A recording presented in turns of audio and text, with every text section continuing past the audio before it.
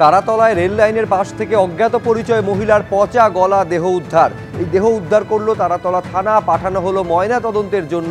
তারাতলা থেকে মাঝেরহাট স্টেশনের মাঝে রেল লাইনের পাশে পড়েছিল দেহ। রেল পুলিশের থেকে খবর পেয়ে দেহ উদ্ধার করলো পুলিশ।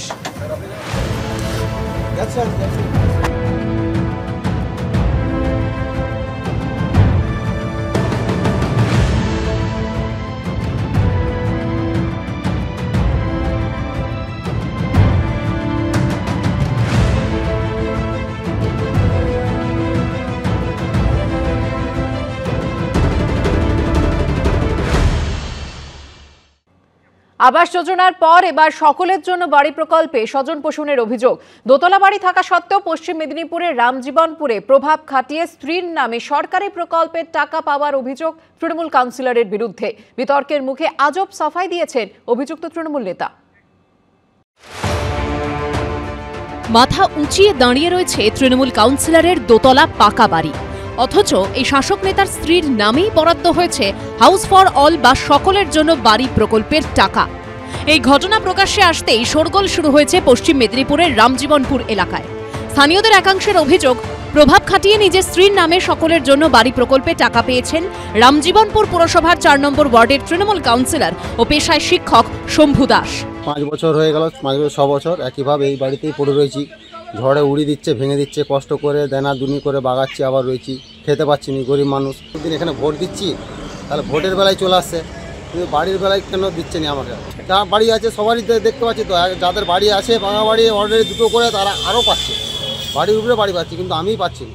2015 সালের সার্ভেতে নাম এসেছিল, সে তখনের বাড়ি, এখনের তো প্রশ্ন নয়। প্রশ্ন উঠছে, তেল্লায় বাড়ি থাকা সত্ত্বেও কিভাবে স্থানীয় তৃণমূল কাউন্সিলরের স্ত্রীর নামে বরাদ্দ হলো সরকারি প্রকল্পের টাকা। শম্ভুদা শুধু তার নিজের স্ত্রীর নামে বাড়ি নয়, তার জেঠিমার নামে বাড়ি, এবং তৃণমূলের নেতারা যেটা করেছে রামজীবনপুরে পরিবারের সকলের নামে প্রধানমন্ত্রী আবাস যোজনার বাড়ি নিয়েছে। অথচ দেখা গেছে যে সাধারণ মধ্যবিত্ত গরিব মানুষ বাড়ি পায়নি এখনও, তাদের বাড়ি এখনও হয় না।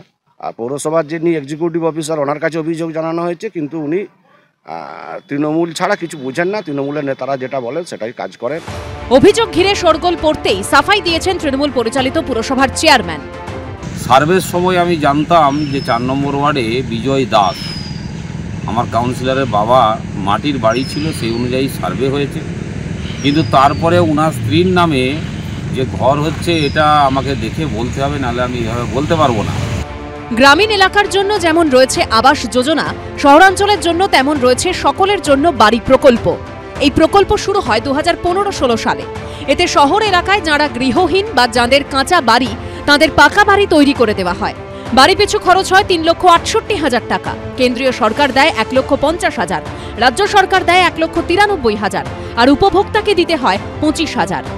সোমনাথ দাসের রিপোর্ট, এবিপি আনন্দ, পশ্চিম মেদিনীপুর।